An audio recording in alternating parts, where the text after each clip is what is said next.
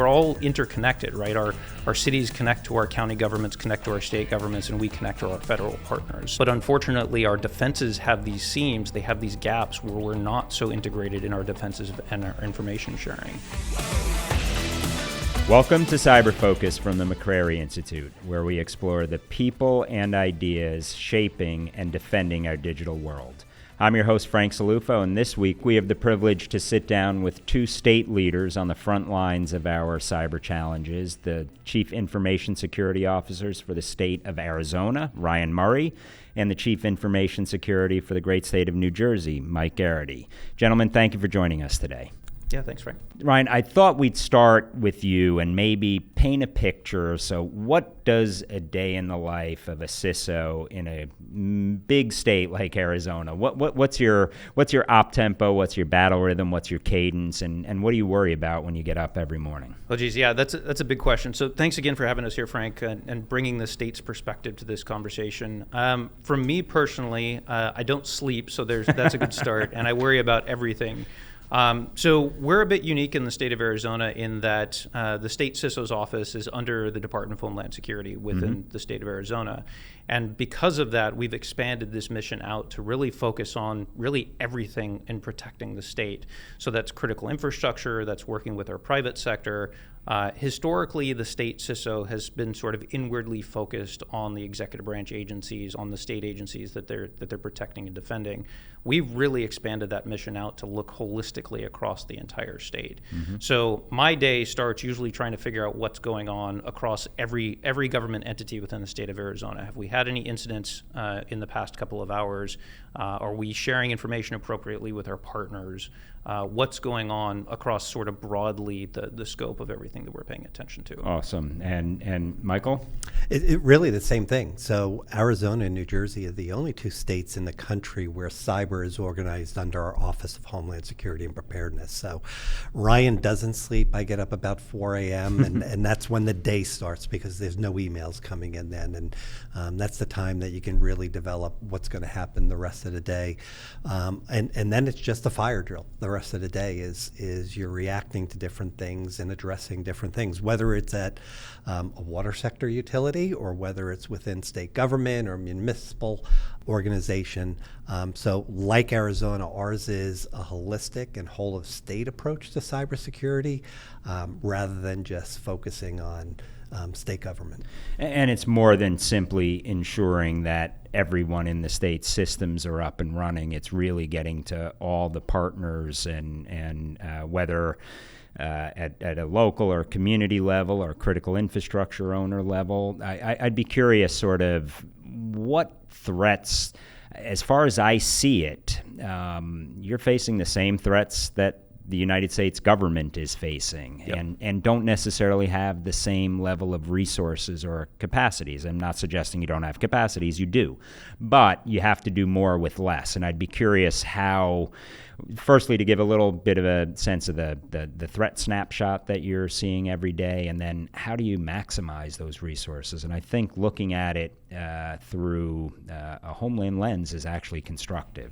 Ryan, why don't we start with you again there? Yeah, for sure. I mean, yes, you're spot on, right? We're dealing with all the same threats that we are really nationally and globally, right? All of the adversaries that we're seeing everywhere are attacking us. We're targets and victims of those same sorts of things. And I think it's something that several of the powers that be maybe forget that state and local government are on the front lines of this stuff, right? We're seeing those same attacks all day, every day. First to respond, last to leave, right? Yeah, exactly, right? And you're exactly right that we are also less resourced. And especially now, it feels like we're even more challenged to get the assistance that we need from those organizations that we used to be able to rely on a little bit more heavily.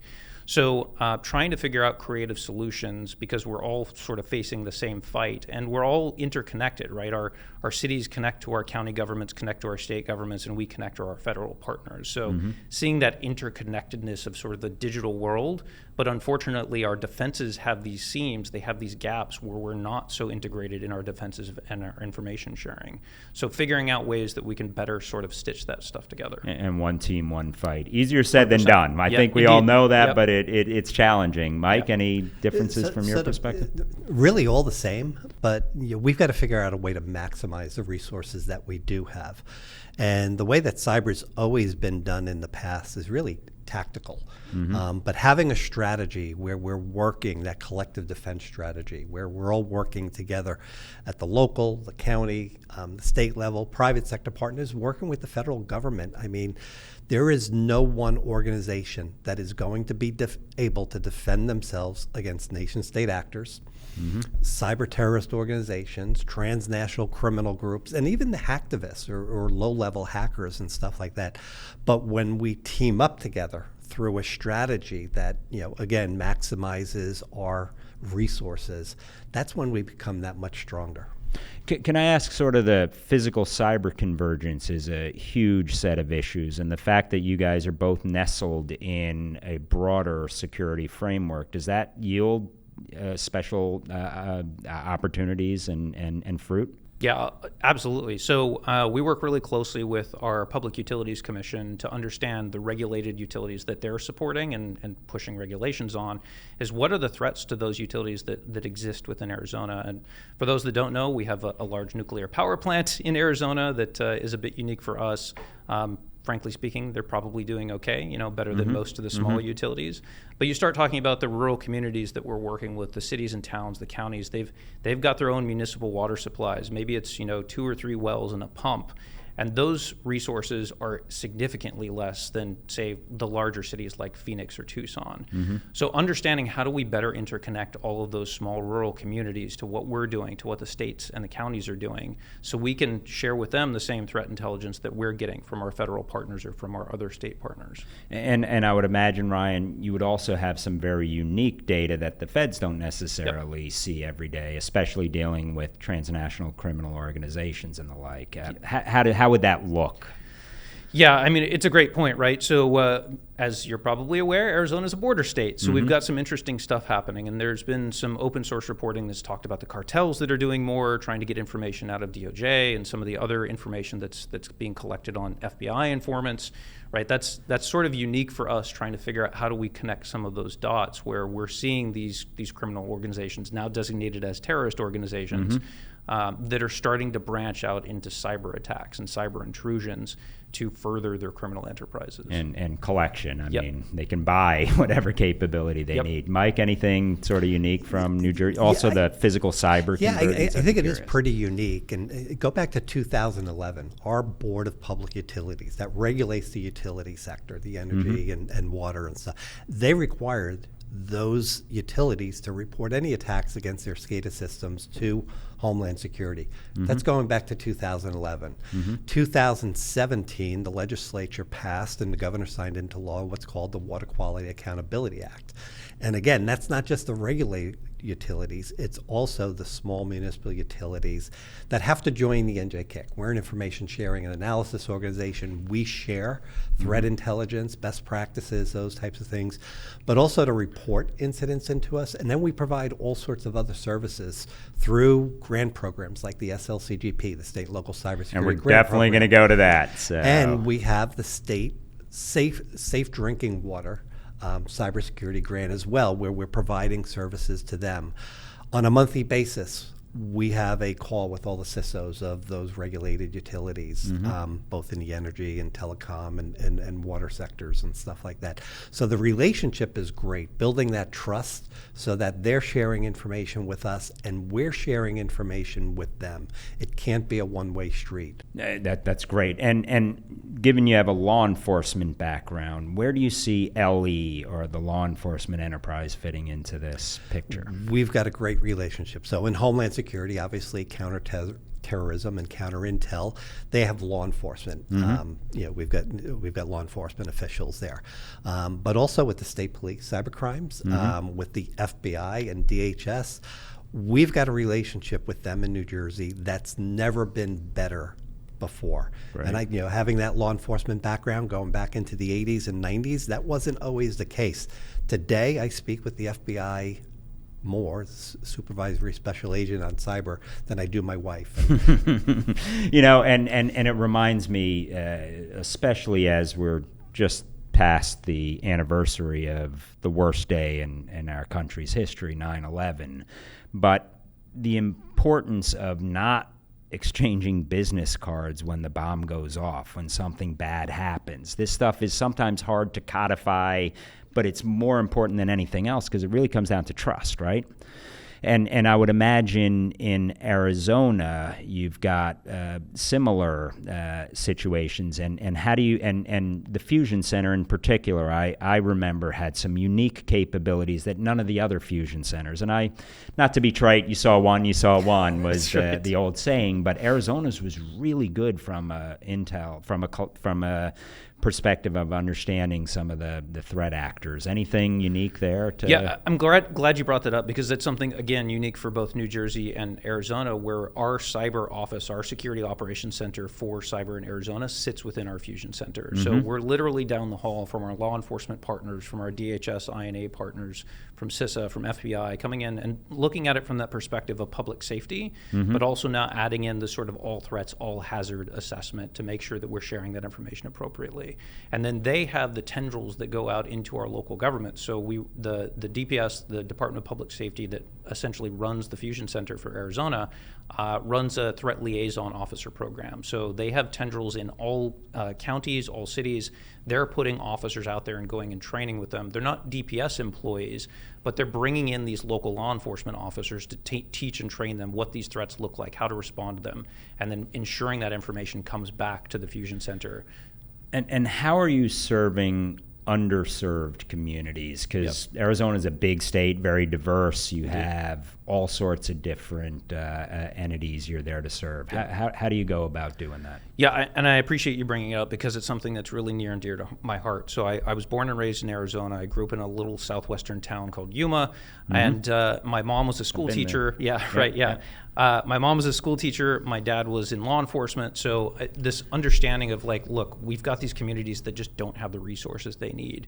So I've made a very concerted effort. We're supporting about 325 local government entities through what we've called our statewide cyber readiness program. Mm-hmm. So utilizing some state funds and some combined federal funds to push services out to these local governments, and especially focused on the rural and underserved populations. And a combined services approach? Yep, and Mike, a shared services approach. Yeah. Mike, any thoughts? Pretty much the same thing.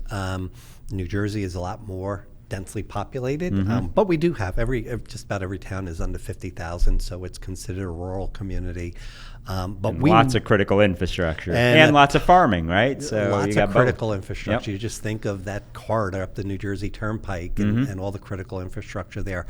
But we do work really closely with those under-resourced towns. Mm-hmm.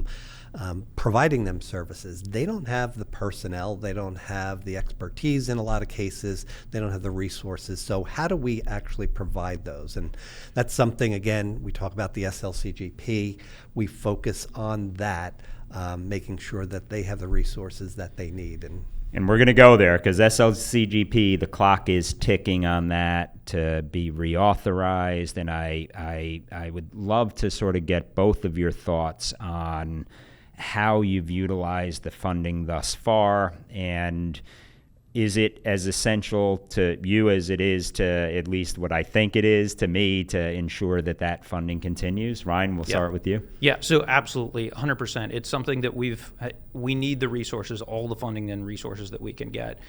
So how we've been using SLCGP in Arizona, and a big part of this is because there wasn't any certainty that it was going to be reauthorized after the 4 years. Mm-hmm. So not knowing for sure whether there was going to be ongoing sustained funding, we took a purposeful look and said, how can we augment the stuff that we're already doing? How can we hypercharge this and turn it up to 11 to make sure that we're best supporting the programs that the state's already funding? So we said, we're going to hire a bunch of contractors, we're going to build in some project management, we're going to further push out the shared services that we're already providing, and make sure that they're getting deployed effectively, that they're maturing the use of those services, that they're configured appropriately, because just deploying cyber tools out there is only increasing our attack surface if we just do it, sort of without any thought. So we said we're going to take a concerted effort here and say we're not going to buy more tools with this money, but we're going to help augment our staff and our resources. The other thing that I'm really, really proud of is we're using some of those funds to hire interns as part of our workforce development effort. So we're deploying student-led regional security operations centers in partnership with our community colleges across the entire state. And this allows us to pay them as paid interns as the Department of Homeland Security. We're giving an opportunity for them to learn in a real-world environment. Yeah, on the world, real-world experience. Yeah, 100%. And it's solving the challenge for our small local governments where they can't hire talent either. So we've got this win-win situation where we're protecting and defending our communities with these student-led efforts, and we're also teaching and training those students to be the workforce. And these are at of the future. community college level? At the community college And level. are you able to recruit and retain some of these folks to join the workforce afterwards? Yeah, I mean, that's the definite benefit, right, is I get the first pick of these amazing talent that we're helping to create, but we're also partnering with our higher education organizations like ASU, NAU, and U of A to make sure that if these students want to continue on into a bachelor's degree or higher ed past that we can help them to get there, right? We have the connections, we know the people. I work very closely with the CISOs and the cyber teams at all of those universities. How do we help them get there? We're also working with our private sector partners to say, look, most of these people aren't necessarily going to want to stay in government for a long term, but if we can get them 2 to 4 years of experience helping to protect and defend their own communities using best-in-breed technology, they can go directly to work for some of these companies or some of the other private industry within Arizona. And they may come back for public service. I think the time of you're going to spend 40 years in one role is over. It's not a thing anymore. Exactly. Mike, anything in terms of SLCGP and how you've utilized those funds? And I want you both to make a declarative, do we need it going forward? So, absolutely. Okay. It has really met the purpose, okay? And the purpose was to make state and local more resilient and manage risk better, reduce risk within those. But we talk about strategy and we talk about maximizing resources. And what we tried to do is look at what does CISA provide to local governments and critical infrastructure. We're not going to do those same things. In New Jersey, just about every municipality and school system has cyber insurance. They require each municipality have security awareness training, things of that nature. That's not something we're going to pay for with the money that we get. It's a finite amount of money, so how do we maximize that? And what we've been doing is putting EDR and MDR, endpoint detection response and managed detection response services across the board. We've got 153 local government entities signed up, 83,000 or so endpoints, doing risk assessment services for another 400 or so local government entities. And I was just doing some math this morning. In the last year, that EDR, MDR program stopped 179 ransomware attacks. At the low end of what a ransomware attack might cost, and I'm using $250,000. So for a $5 million investment, potential loss avoidance is about $45 million. So it's... I'm not a mathematician, but that's good math. The numbers add up, right? So it's money well spent and something that it's tangible. Through a grant program, we should be able to show the fruits of our labor and what that's providing. And I think we have a good story to tell as far as how we reduced risk in the state of New Jersey. And more is being expected of our frontline partners in state, local, tribal, territorial, as well as industry. I think there's been a focus on all of that, but it can't be done without no one, including the U.S. government, would have a hard time defeating nation-state actors when they're dealing with this every day, right? Ryan talked about providing tools, not providing tools, but providing shared services. And I think that's really the way to go. If you provided me with a compound miter saw tomorrow, it doesn't make me a carpenter. It just gives me more work to do. And it's the same thing of providing an under-resourced organization some advanced technologies to do cybersecurity. It's more work for them, and they don't have the resources to do the work that they're expected to do right now. So, well said. Ryan, anything you want to add to that? Yeah, so just to make the declarative statement. Absolutely, yes. SLCGP is important for the states. And has been and continuing it, arguably even more so. Has been and definitely needs to continue into the future, right? Because one thing that we absolutely can't do, you mentioned that trust is going to be the backbone, especially for information sharing and providing these shared services. If that trust goes away, and a big way to break that trust is for us to take away the services that we've been providing to our local governments or to diminish them in some way, right? A lot of these organizations that we've talked about, and we're really proud of the fact that we can currently provide these shared services at no cost to our local governments. If we start charging them money, and frankly speaking, most of these organizations don't have any money to give back. Exactly. And I'm going to have to staff an accounts payable and receivable department that it just doesn't make sense. So the more that we can continue to provide these things and give that sustainability, to give that understanding that this will exist into the foreseeable future. Obviously, everything is potentially temporary in government, but for as long as we can at least provide that, we want to make sure that trust level exists. And I think coming up with innovative and unique ways to expand the workforce is essential, because it's hard enough between the three-lettered agencies, National Security Agency, FBI, CISA, to recruit and retain that talent. It's exacerbated at the state level, right? So how 100%. Do we get our arms around that? And I love the idea in terms of especially bringing in the community colleges, because we always jump to higher ed, which Auburn, of course, we have a lot to offer. But in addition to the SEAL teams and the Special Forces teams, you need all the blocking and tackling that ultimately wins football games and arguably wins wars. So 100%. And I'll say something that we're really focused on is doing that sort of quote unquote entry level work, right? We continue to hear both from our higher ed partners and students as they're graduating with undergraduate degrees, as they're getting out in there and saying no one wants to hire them. And we're telling these myths, right? CyberSeek puts out these numbers of 600,000 cyber vacancies across the US. We've got 13,000 in Arizona alone. But the myth is that those are all mid to senior level positions. No one is looking to take on the risk of entry level cyber talent, right? What happens if you're Raytheon and you miss a cyber incident and now you're potentially dealing with a massive problem? So we're trying to find ways to fill that entry level cyber talent gap. The other thing that's really exacerbating this, of course, this is a cyber and technology podcast, so we have to talk about AI. But the other can't thing escape. Right. The other thing that's exasperating this challenge is people are looking to automate away from entry-level talent. And we're going to have this gap in the future where our mid and senior level are going to retire and there's no one to backfill them, and we just have no talent. So we're trying to figure out how do we solve this entry-level, quote-unquote entry-level talent issue, put people directly to work now, so when they do graduate with those degrees, because I do think there is still value in going into higher education and getting that degree, round you out as a person, but we need that real-world hands-on experience. That's truly what's critical. And that's what I was going to say. I didn't want to answer your own question, but it is the experience day in, day out, in the foxhole, seeing what you have to do every day. That's worth more than any, I mean, any curricula is going to be OBE by the time 100%, anyone jumps into the workforce, right? Especially with how quickly technology is moving now, and especially with AI that's exponentially growing every 6 months. You open the door on AI. I'm not going to let you escape. What are you guys doing on the AI front? Mike, you want to start? A lot of things. In fact, so we talk about hiring and stuff, and our last 5 hires have been machine learning, data science majors, not cybersecurity. Interesting. Because we can teach cybersecurity. We can't teach machine learning, and we can't teach computer science necessarily in cyber, but we can teach cyber. So we've been doing a lot, especially machine learning. One of the things, I'm a logaholic, as they say, and so every piece I've never heard that. And not recovering, I am.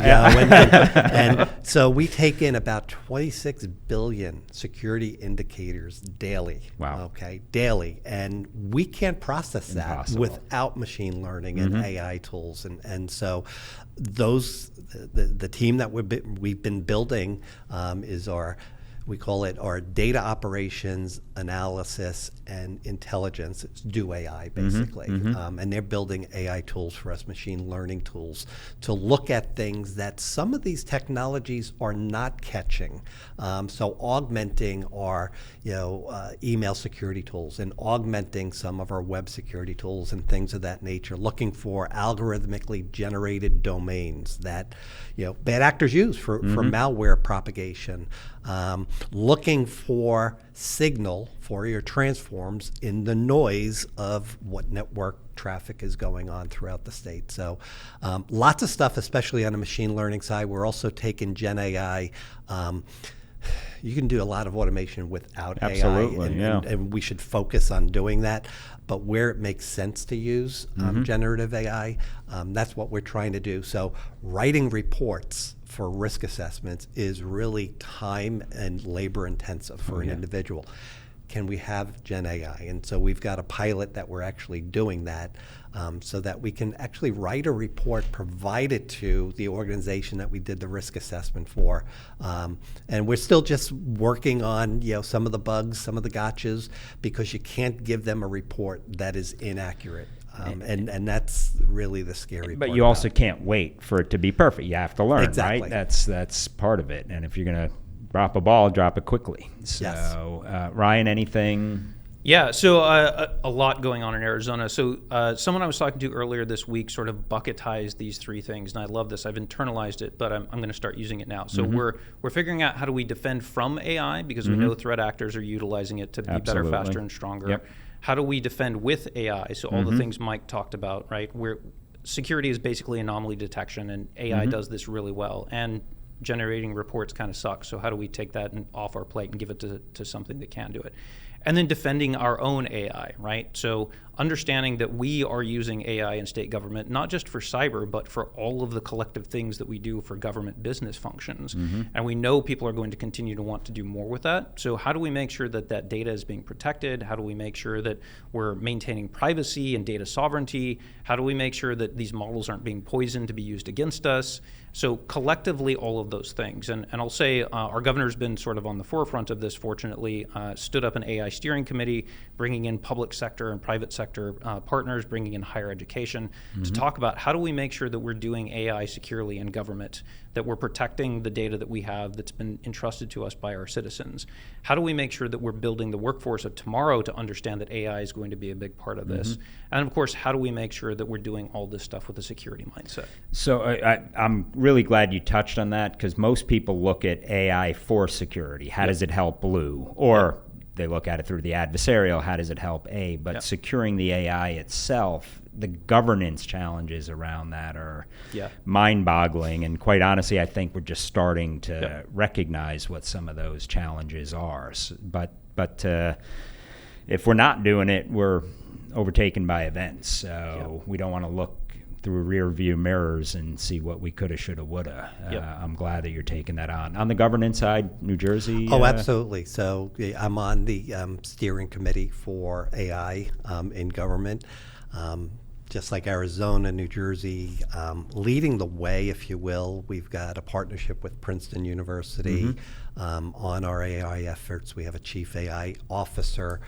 So there's lots going on as far as the governance is concerned, but also the use cases of it within the Department of Labor and elsewhere where citizens are interacting and they want to get answers. So whether it be chatbots or some other forms of AI to make those services that we provide to the residents of New Jersey, that more beneficial, that's going to help. And again, both of your offices being nestled within a security organization, because at the end of the day, technology changes, but human nature remains pretty consistent. So you have to sort of look at it through that lens as well. And I think that bodes well for groups that are looking at it through a more holistic kind of way. What more do you expect of the feds right now? And obviously we've had all of the alphabet soup on our podcast, and everyone's doing yeoman's work, but sometimes it feels like they're doing it in their own lanes, and we got to bring it all together. What more would you like to see from whether it's CISA, FBI, NSA, you name it? So I'll just start out and say I want to preface this by saying our federal partners are an integral part in everything that we do in Arizona. And part of the challenge that we've had is that we've relied on them for a long time as critical partners. And now we're seeing some of that diminished, right? Intentionally or otherwise. A great example is I don't have any CISA CSAs. I don't have any CISA field staff in Arizona that's focused on cybersecurity right now. We had two, which was critically under-resourced to begin with, and they both left the organization. And because of hiring freezes, because of the end of the fiscal year, because of just trying to figure out what the workforce looks like, we're still stuck without those field staff. And for sure, CISA is providing some additional resources temporarily assigned from the region, but we've also got a bunch of acting people in the region as well. And if I don't know who to call, and if I can't get an answer when I do call them in the middle of a major cyber incident that's potentially impacting, shouldn't be meeting them for the first time. 100%, right? Yeah. And it's a major problem that if that's not a response, a collective response from federal, state, and local, and I'm having to deal with it on my own, our response is going to be diminished. The services that we're providing are going to be diminished. The citizens that we're serving, their services are going to be diminished. And it goes back to Mike's point of this collective defense mentality. So I will always need more from our federal government partners, and that's direct services being provided, that's guidance and strategy, that's intelligence being shared, because the intelligence community at the federal level obviously is what it is. I have what I'm seeing, but having that additional context of, is there another state that's potentially seeing this? Is there another private industry that's seeing this? And I feel like we do a really good job with amongst the state CISOs sharing this information. We've got some secret side chats that we share intelligence with each other, but that's not necessarily the case, especially at sort of the sub-state level with our counties and our cities. And we've done a great job of sort of bringing the communities together. I know New Jersey's doing an amazing job with this too, but again, that's sort of unique to our state, is having that perspective. Mike, anything? So as Ryan said, they're integral to everything that we do. And I talked about strategy before. We're kind of up in the air about what the strategy is and what the direction is for CISA and cyber and everything like that.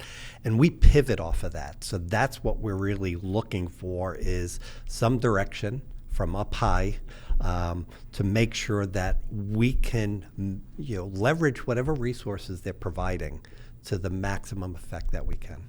Let me just say, we need Sean Planky in that job, because yes, I think that is essential. And then we also need to make sure that all the state reps are there, because that is, but it's more than just CISA, right? It's also FBI and the IC to a lesser extent, in one way or another. And CBP, I would imagine, in Arizona, and Coast Guard, DEA, and Coast Secret Guard, Service. and all others. of our friends have a part to play in this. And to Mike's point, I think the big thing that we need is just, what is the strategy, right? And I think that's something that surely there is, but how is that getting communicated down to the state and local partners that also play an integral part in this sort of collective defense of the nation? Well said, well said.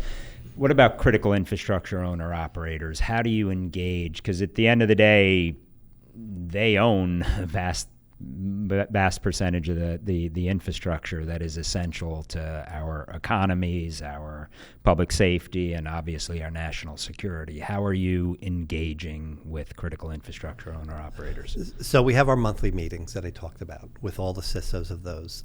This week seems to be Critical Infrastructure Week in New Jersey.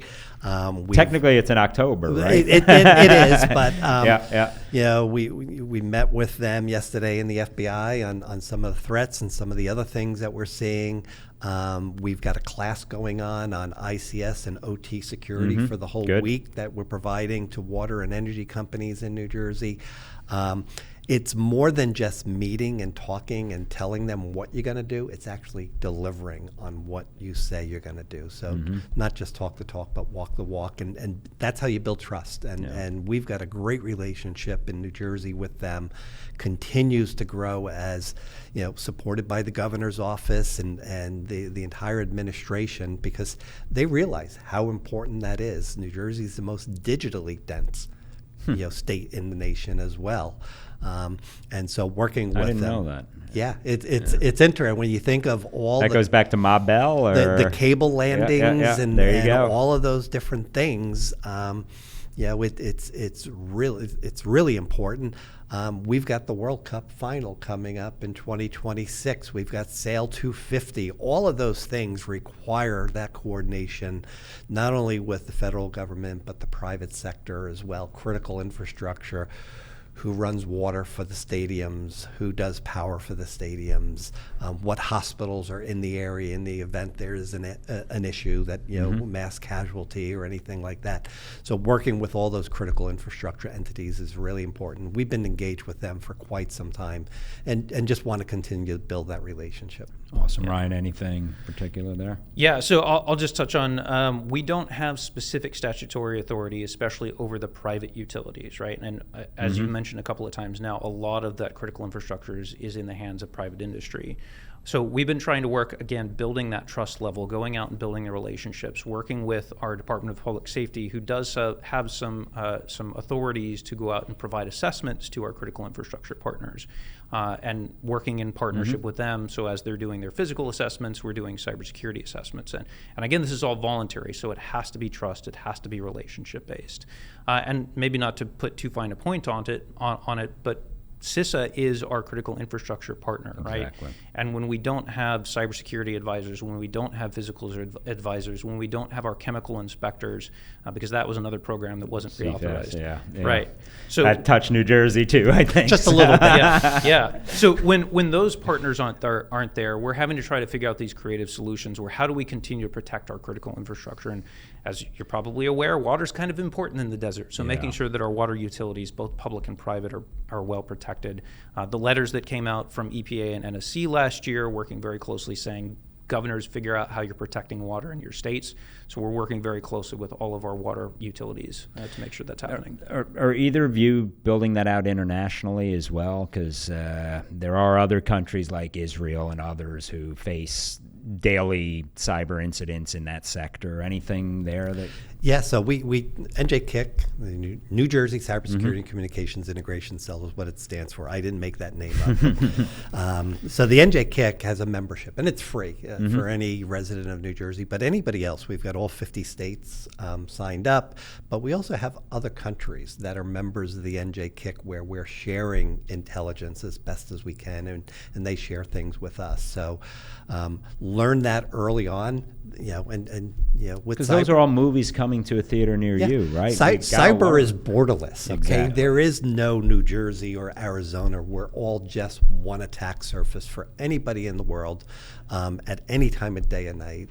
There are no borders or anything like that. So having those partnerships over in the UK and Australia, New Zealand, up in Canada and places like that is really important. And I'm glad you both touched on and foot stomped the significance of water. If you put it in the Maslow's hierarchy in terms of needs, it's very much at the top of the list, but arguably not at the top of the list in terms of how far along they are vis-a-vis some of the other utilities or defense industrial base or financial services. So doubling down on that, I think, is essential. And we've seen this isn't coulda, this is happened. So hopefully there's more energy around that. Yeah, the biggest water company in Public water is in New It Jersey. is in New Jersey, Yep. and the second Yep. biggest one is in New Jersey, and they both got hit with ransomware recently. But it's really those small municipalities that Matter. They have Exactly. licensed water operators that It's all integrated. are really under resourced. So if we're going to say water is a national security issue, we need to start providing them resources, because putting the onus on a licensed water operator that has to do 5 different towns and stuff like that, it's not fair to them. And some are corporate, some are municipal, some are county, some are state. They're all structured a little differently too. So just getting your arms around that's hard. Well, and obviously water feeds into a lot of other things, right? It drives energy, it drives, all the other critical infrastructures can't function without water, and especially that's, primary in the desert. People die. There's not just water sources where you can go figure this out. And I don't know how many of your listeners understand how big Arizona is, but you've got a lot of these rural water cooperatives where maybe they manage 3 or 4 wells, and it's a few hundred miles that these operators have to drive between them to make sure the pumps are functioning. So they're trying to find creative solutions where that pump operator can sit on his couch and manage that pump. So he's just putting it on the internet, and he doesn't understand cybersecurity. He doesn't understand the threat. So he's just trying to make his job easier. And we need to go out there and make sure that we're talking to those guys or those organizations to say, look, let's provide you the same resources that City of Phoenix or City of Tucson have. Absolutely. The largest counties that are also doing this thing. Something else that we've had a lot of conversations and around. that's where machine learning, AI, UAS, and 100%. other means can play a big role, right? Yeah, we need to find those creative technology solutions that will help make it better instead of make it worse. So just because I brought it up, counter-UAS, is that a priority for both of you? Absolutely. Yeah. So again, And the cyber nexus? we had some issues with drones back last October More than in New Jersey. I remember that. and we've got the World Cup coming up, and obviously, drones flying over critical infrastructure, electrical substations, water sector.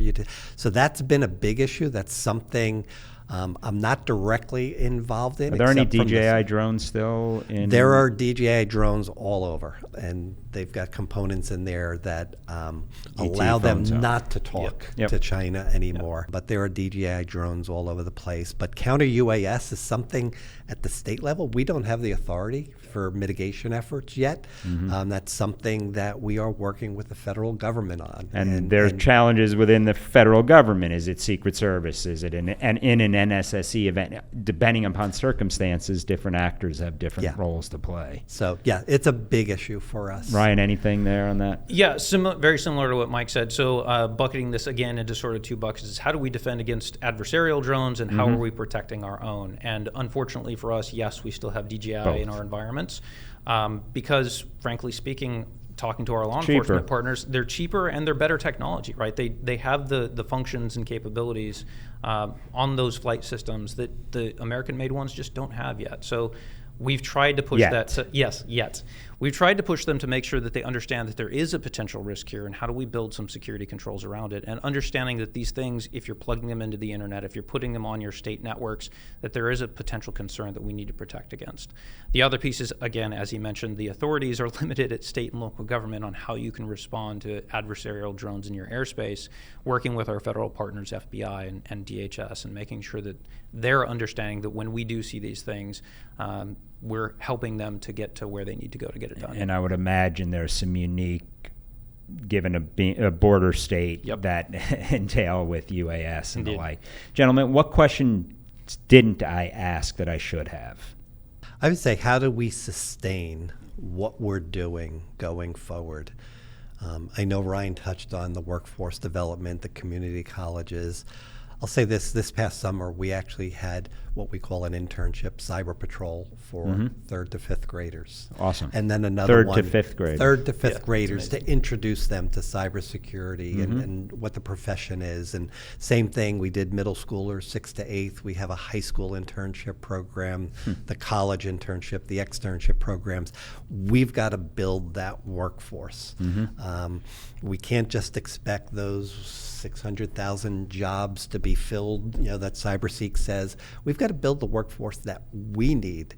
And you talked about the experience, the hands-on, and that's really the way to do it, is getting that hands-on experience. Ryan also mentioned that, and you said it as well, nobody's staying in their jobs for 30 years.